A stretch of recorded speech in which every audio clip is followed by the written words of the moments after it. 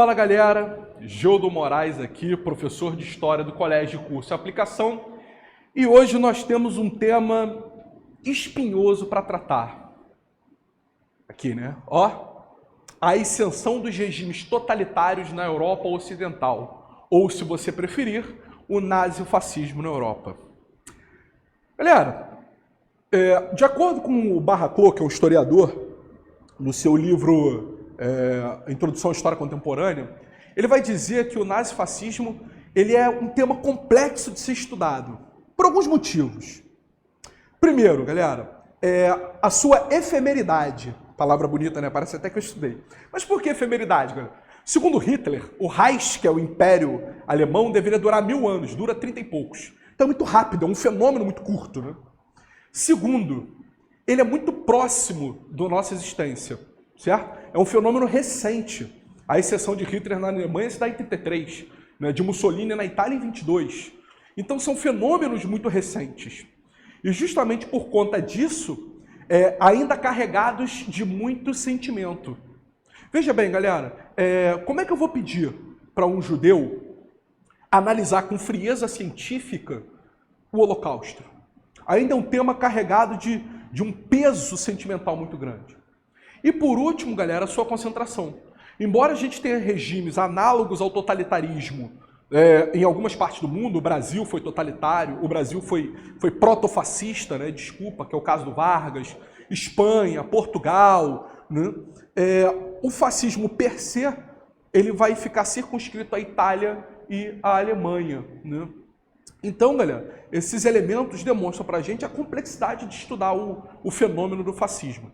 Eu escolhi uma frase para abrir, né? Uma frase e uma foto, bem pesadas para a gente já começar lá em cima, né? 1000 graus, né? Essa foto é da chamada juventude hitlerista, né? O que prova que o coração dos jovens é facilmente cooptável. Né? O jovem é romântico, né, galera? Vocês jovens, nós jovens, porque eu sou garoto jovem, eu faço sinal do jovem, né? Nós jovens somos românticos, nós jovens somos atirados, né? Isso nos dá força, a juventude, mas ao mesmo tempo também faz com que nós sejamos facilmente cooptáveis, né? Então botei a juventude hitlerista, é sempre muito pesado você ver crianças, enfim, se submetendo a determinados tipos de ideia e de pensamento. E aqui, ó, a fala do Nostradamus, né? Da região mais a leste da Europa Ocidental, uma criança nascerá de pais pobres. Ela seduzirá grandes multidões e fará muito barulho no caminho do poder em direção ao leste. É claro, galera, que isso era só uma... Como é que eu vou dizer? Uma previsão. Muita gente vai pegar o Hitler e vai encaixar na frase, né? Não significa necessariamente que ele está falando do Hitler, até porque ele é de alguns séculos antes. Mas eu achei a frase meio pesadinha... Vai pra cá. Achei a frase meio pesadinha e coloquei ela aqui, né? Bom, primeira coisa, galera. Primeira questão que vocês precisam entender. Situações desesperadas exigem medidas desesperadas. Jamais julgue a decisão que alguém tomou no momento de desespero. Porque talvez, naquele momento de desespero, você teria tomado uma decisão pior que a daquela pessoa. O que eu quero dizer com isso? Muitas vezes a gente olha para alemães, a gente olha para italianos e fala assim, como é que essa gente pôde aplaudir um regime de exceção, um regime violento, um regime baseado na obliteração de todos os outros regimes, na obliteração de seres humanos, né? E a primeira sensação que a gente tem é que isso faz parte da natureza alemã ou da natureza italiana, né? E que talvez sobre as mesmas circunstâncias, e que nós nunca sucumbiríamos a isso, né? De novo, não se pode julgar o ser humano isoladamente. É preciso julgar o ser humano e as suas particularidades. Sun Tzu. Se você pegar e olhar para o povo alemão hoje e olhar para o povo italiano hoje, de fato é muito difícil você entender por que eles adotam esses princípios. Mas recua até 1920. Galera, a gente está falando de uma Alemanha outrora poderosa, outrora orgulhosa, hoje afundada na fome e na miséria. Eu quero que você entenda o seguinte, se coloca no lugar de um pai e de uma mãe, certo? Talvez vocês não compreendam isso exatamente por não terem sido pais e mães, mas acho que dá para entender onde eu quero chegar. Imagina que você passou o dia inteiro na rua procurando emprego. E não é que assim, você se candidatou a várias vagas e elas não deram certo. Você não achou nenhuma. E para os empregos que pagavam os piores salários, começa a bater um desespero. Porque não é que assim, eu não passei hoje, mas amanhã tem outra seleção. Eu não passei amanhã, mas... Você está disputando os piores empregos possíveis, com os piores salários possíveis. Veja bem, se você conseguir um emprego, ainda assim você não vai pagar todas as suas contas. Mas é melhor metade de alguma coisa do que 100% de nada, né? É aquilo, né? Para quem não tem nada, metade é o dobro. E isso já acontece há umas 2 semanas. Certo? Você passou o dia inteiro procurando emprego, os piores empregos. As poucas oportunidades que aparecem pagam muito pouco. E aí você chega em casa, no meio do inverno. Seus filhos têm por volta aí entre 4 e 12 anos de idade. Estão todos amontoados no canto de um apartamento, de um quarto sujo de um apartamento, que você divide com outras pessoas, porque você não tem dinheiro para alugar um apartamento. Empilhados uns sobre os outros, porque está muito frio. E, obviamente, você não tem dinheiro para pagar a calefação. Tremendo. E assim que você abre a porta, a primeira coisa que você vê é o olhar de desespero e esperança dos seus filhos, porque eles estão com fome. E eles viram para você e falam, papai, mamãe, eu quero comer, eu estou com fome.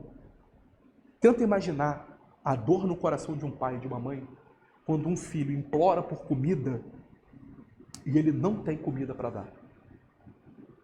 Galera, entendam, seu pai e sua mãe fariam qualquer coisa para não ver você sofrer. Qualquer coisa. Quando eles passam 10, 12, 15 horas trabalhando, não é porque eles amam dinheiro. É porque quanto mais dinheiro eles podem ganhar, melhor será a vida que eles podem dar a vocês. Agora troca de lugar. Imagina que esse pai não tem nada. Nada. Diz bem, não é que ele vai passar fome para o filho comer. Ele não tem nada. Se ele tivesse, ele daria, mas ele não tem. Nesse momento de desespero, um pai vai fazer tudo, uma mãe vai fazer tudo para manter a saúde dos filhos, para manter os filhos vivos. Tudo, inclusive roubar. Ah, professor, é claro que não. Isso é um extremo. Galera, entendam. Quando você tira a fome de alguém, você tira a dignidade dessa pessoa. A gente está falando de uma Alemanha em que generais do exército estavam na rua pedindo dinheiro, morrendo de fome. A gente falou disso lá na crise 29. Você não sabe o que é isso? O cara é um oficial de alta patente, com as galonas militares do Reich, do segundo, né? Na rua pedindo esmola. O general do exército. As pessoas vagavam pelas cidades porque não tinham o que fazer, não tinham para onde ir. Detalhe, lembra, os alemães assinaram o acordo de paz dentro de território francês. O Tratado de Versalhes é assinado com a Alemanha em território francês. As estruturas de produção estavam lá, elas só não podiam ser usadas. Alcoolismo, normal. Quer dizer, eu não estou dizendo que é normal o alcoolismo, estou dizendo que ele se disseminou naquele momento. As pessoas desesperadas vão procurar meios de fugir da sua consciência, do seu momento, da sua realidade. Prostituição? Como é que você pode julgar uma mãe que não tem dinheiro para botar comida dentro de casa? Você acha que ela faz isso com orgulho? Ela faz isso porque quer? Não, mas é aquilo ou morrer de inanição, aos poucos. Não é que a pessoa vai botar o revólver no ouvido e dar um tiro. É morrer de fome todo dia um pouquinho, todo dia um pouquinho. Então, galera, é difícil a gente julgar daqui, de onde nós estamos, né? Tranquilos. É difícil você julgar a decisão de um pai e de uma mãe desesperado quando você está aí sentado no seu quarto ou na sua sala, ar-condicionado ligado, deitado na sua cama confortável, na cadeira confortável, sabendo que quando acabar a aula você vai lá, você dá o pause na aula, ou quando acabar a aula você vai lá na geladeira, tem um nugget para você, tem um fandangos, ou mesmo que não tivesse, está cheio de fome, mas quando seus pais chegarem no trabalho vai ter comida. Veja bem, galera, existe uma distância muito grande entre passar fome e passar necessidade. Uma coisa é você chegar da escola não ter almoço pronto, e você saber que quando seus pais chegarem, você vai ter comida. Outra coisa é você comer sem ter a menor ideia de quando você vai comer de novo. Tem noção do que é você comer um prato de comida pensando, cara, eu não sei, eu posso comer à noite como eu posso comer daqui a 2 dias, daqui a 3 dias, daqui a 4. Então quando você retira tudo de um indivíduo, você tira a dignidade dele, passa fome e perde a dignidade. E aí, galera, alguém se apresenta como herói. Heróis não existem. Lembra sempre disso. Ou você morre herói, ou você vive tempo suficiente para ver sua história se destruindo. Heróis não existem. Desconfiem dos heróis. Desconfiem, inclusive, de quem se apresenta como herói. Certo, galera? Isso é sempre muito importante. Desconfiem de tudo e de todos, inclusive de mim. A dúvida é o princípio da ciência. Certo? E aí imagina que no auge desse desespero, alguém se levanta e diz assim, eu consigo resolver teus problemas, eu consigo resolver todos eles, em pouco tempo. Se hoje você passa fome, amanhã você será rico, amanhã você vai estar jogando comida pela janela. Amanhã você vai estar jogando comida fora porque você não aguenta mais comer. Galera, imagina isso aos ouvidos dos desesperados. E detalhe, ele não só promete como cumpre. Você fala, meu Deus do céu, esse cara é poderosíssimo. Esse cara é poderosíssimo. Então entendo, galera, o ódio, o fascismo, né, odioso, ele não vai nascer da noite para o dia. Ele é um ovo. Ele é um ovo de serpente. Já mandei vocês verem esse filme. São pequenas atitudes violentas todo dia. Todo dia. Todo dia. Detalhe, até o mais pacífico dos indivíduos pode descambar para a violência. Lembra sempre disso. Aliás, fica aqui uma curiosidade, para quem assistiu lá o segundo filme do Batman, lá contra o Coringa, é exatamente isso que ele quer dizer. Todo mundo acha aqui que o Coringa perde, né? Não sei se vocês vão lembrar do filme. O Batman vai lá, prende o Coringa, a balsa devia explodir, mas não explode. Mas não era isso que o Coringa queria. O Coringa não queria provar que todo cidadão de Gotham era ruim. Ele queria provar que se você basta um dia ruim para até o melhor dos cidadãos enlouquecer. Que é o caso do Harvey Dent lá. Quem não viu o filme, assiste, vocês vão entender. Quem viu tá pegando a referência. O Harvey Dent, promotor, que estava limpando a cidade, mas dentro da lei. O Batman é um fora da lei, lembra disso, né? O Harvey Dent estava limpando dentro da lei, mesmo ele enlouquece, vira duas caras lá, que é um inimigo do Batman. Então, até o mais pacífico dos indivíduos pode descambar para a violência se você apertar os parafusos certos, ou os errados, né? É sempre a gente lembrar disso. O fascismo nasceu no momento em que havia um terreno fértil para o ódio. Havia um terreno fértil para o medo. Quanto mais medo, quanto maior o medo, maior a possibilidade do ódio aparecer. Tá certo, galera? Coloquei para vocês aqui princípios fundamentais. Por que princípios fundamentais? O fascismo ele é uma receita de bolo, certo? Vai ter diferenças? Vai, mas em maior ou menor grau, todos esses princípios aqui são adotados. Beleza? Não, a ordem não faz diferença, tá, galera? Fica tranquilo. Lá em cima, o primeiro, ultranacionalismo. O que é isso, professor? A Alemanha para os alemães, a Itália para os italianos. Certo? A gente ama a Alemanha, o que não é alemão tem que morrer. A gente ama a Itália, o que não é italiano tem que morrer. Acabou, nós somos os melhores, os maiores. Nós somos os primeiros. Certo? Você é estrangeiro, morre. Aquilo que não é nacional tem que morrer. Típica frase ultranacionalista, né? Não pergunte o que você pode fazer pelo seu país. Não pergunte o que o seu país pode fazer por você. Pergunte o que você pode fazer pelo seu país. Né? Segundo, romantismo. Aqui cabe uma explicação, tá, galera? Ah, professor, o romantismo, o senhor está dizendo que eles eram apaixonados? Não necessariamente. Se você pegar o romantismo na literatura, na verdade ele trata daqueles que vivem numa realidade criada, né? Numa realidade idílica, que não é o mundo real, uma realidade ideal criada por eles. É a fuga da realidade. Então, por exemplo, os italianos vão apelar para o romantismo de quem? Nós somos os herdeiros do Império Romano. Nós somos os herdeiros do maior império da Terra. Certo? Daqueles que fundaram o Ocidente. E os alemães, professor? Nós somos arianos. Nós somos o povo escolhido de Deus. Nós somos aqueles que liderarão o mundo. Certo? Então, esse romantismo do passado, resgate de um passado. Antissocialista aqui, antissocialista. Ué, professor, Hitler era antissocialista? Mas eu estava vendo aí, em vídeos do YouTube, de youtubers, que o comunismo, que o fascismo é de esquerda. Não. Desculpa, não. Na verdade, Adolf Hitler vai deixar claro o seu ódio ao comunismo. Ah, professor, mas eu vi alguns youtubers dizendo que o Hitler fala que ele bebe da fonte do comunismo. Sem dúvida nenhuma. Ele bebe da fonte do comunismo justamente para estabelecer o ex-adverso. Ele vai pegar o comunismo como seu inimigo ideal. Para haver um herói, para haver um Caronte, tem que ter... Um Caronte não, até esqueci o nome do herói agora. Enfim, para haver um herói, tem que ter um bandido. E os nazistas vão escolher os comunistas como inimigos. E os judeus, professor? Daqui a pouco eu falo disso. Mas os nazistas, né, os fascistas, vão escolher a esquerda como um todo, tá, galera? Comunistas e socialistas, como inimigos. Como inimigos a serem extirpados do planeta Terra. Certo? Então, professor, então quer dizer que Hitler não era de esquerda? Hitler era de ultradireita conservadora. Hitler vai ser nacionalista. A esquerda, por exemplo, ela é contra o nacionalismo, porque ela acha que o nacionalismo quebra a unidade do trabalhador. Né? Não é o trabalhador russo, não é o trabalhador ucraniano, nem o finlandês, é o trabalhador do mundo. Né? Hitler, por exemplo, vai se aliar a empresas privadas. Empresas privadas vão enriquecer durante o fascismo na Alemanha. Certo? A Volkswagen vai se desenvolver muito na Alemanha. A Guess, se eu não me engano, é a empresa, a Hugo Boss ou a Guess, é uma dessas duas. É a empresa que vai desenhar o uniforme nazista. Se você não acredita em mim, procura no Google. Tem um catálogo dos uniformes nazistas lá com a marca da empresa. Certo? A Fiat, a Federação Italiana de Automóveis de Turim, vai se desenvolver durante o fascismo italiano.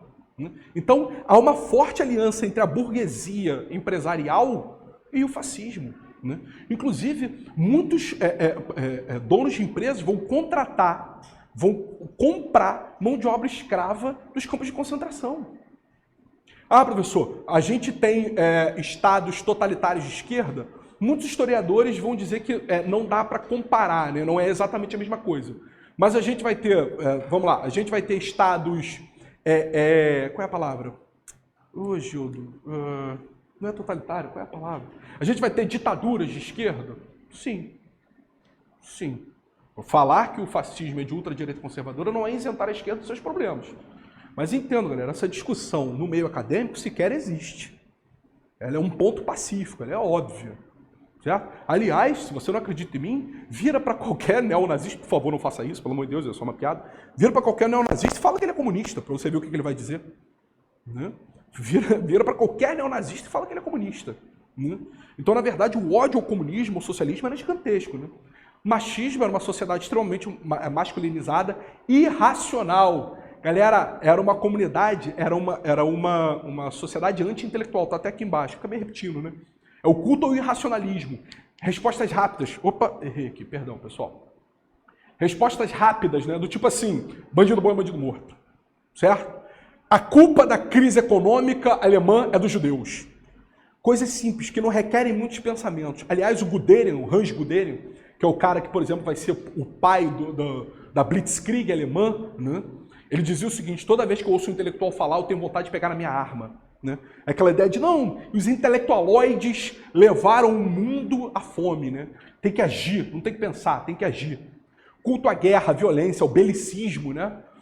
Melhor um dia de leão do que uma vida de cordeiro. Né? Quem tem aço tem pão. Né? Fanatismo, culto ao líder, né? O Führer, o Dulce, né? O líder supremo. Partido único. Na Itália, o Partido Fascista, na Alemanha, o Partido Nacional Socialista. Né? Demagogia, ou seja, aquelas palavras que seduzem, palavras que tocam o coração, mas que no fim das contas não querem dizer nada. Né? E isso aqui é importante, ó, galera. Corporativismo. O que é corporativismo, galera? Isso, inclusive, vai ser a base do Estado totalitário. O que é corporativismo, galera? Corporativismo, ele parte da premissa de que o indivíduo não existe perante a sociedade. Ou seja, o que importa é a sociedade existir, mesmo que para isso os indivíduos tenham que ser sacrificados. Os indivíduos têm que ser sacrificados na teoria e na prática. O que eu quero dizer na prática? Se o judeu tem que morrer, é um exemplo, tá, gente? Pelo amor de Deus. Se o judeu tem que morrer para que o Estado alemão cresça, então matemos todos os judeus. Aqueles que possuem algum tipo de deficiência física ou mental têm que morrer em nome de uma limpeza social, então todos têm que morrer. Ao mesmo tempo, os desejos pessoais também são submetidos ao Estado. Por exemplo, vocês sabem que o Brasil ele tem uma ocupação territorial desequilibrada. Né? O Sudeste, principalmente Rio de Janeiro e São Paulo, é muito ocupado, enquanto você tem vazios demográficos no Centro-Oeste e no Norte. E aí, digamos que a gente vive aqui um Estado proto-fascista. O cara vai virar e falar assim, ó, a partir de hoje, 50% da população tem que ser deslocada para o Amazonas. Mas eu não quero ir para o Amazonas, eu não tenho nada no Amazonas, eu não conheço ninguém no Amazonas. Não importa. Você vai ter que ir para lá porque o Estado quer isso. Certo? Então o corporativismo, ele entende que o indivíduo não existe, os desejos do indivíduo não existem. O que existe é o Estado. Eu não estou falando sociedade, eu não estou falando coletivo, eu estou falando o Estado. Por isso, galera, eu peguei lá a frase da Hannah Arendt, uma intelectual maravilhosa, vítima do fascismo, né? Ela, inclusive, cobriu o julgamento dos generais nazistas lá em Nuremberg e tal, e aí ela escreve aquilo ali, ó, nada contra, nada fora, nada acima do Estado. Pensa mais ou menos que o Estado fascista é como se fosse uma colmeia e você é o zangão. Todo mundo é zangão, só tem uma rainha. Certo? Só que essa rainha, ela vai dizer que é ela e o Estado ao mesmo tempo. Cultua o líder e a existência do Estado. Né? Não é absolutismo, não confundir as coisas. Né? Então, o Estado é o Estado, não é a sociedade. O Estado é o mais importante. Certo, galera? Beleza? O fascismo italiano, ele é o primeiro, né? Benito Mussolini. Bom, galera, o fascismo italiano, como eu falei para vocês, ele vai ser gestado... Quanto tempo, pessoal? Quanto tempo? Faltam 2? Ele vai ser gestado dentro de uma crise econômica e política muito grande. Ela será fruto da Primeira Guerra Mundial, da crise de 29 e da ascensão de uma esquerda combativa dentro da Itália. Certo, galera? Beleza? Mas isso, pessoal, é assunto para um próximo encontro. Beijo no coração de vocês.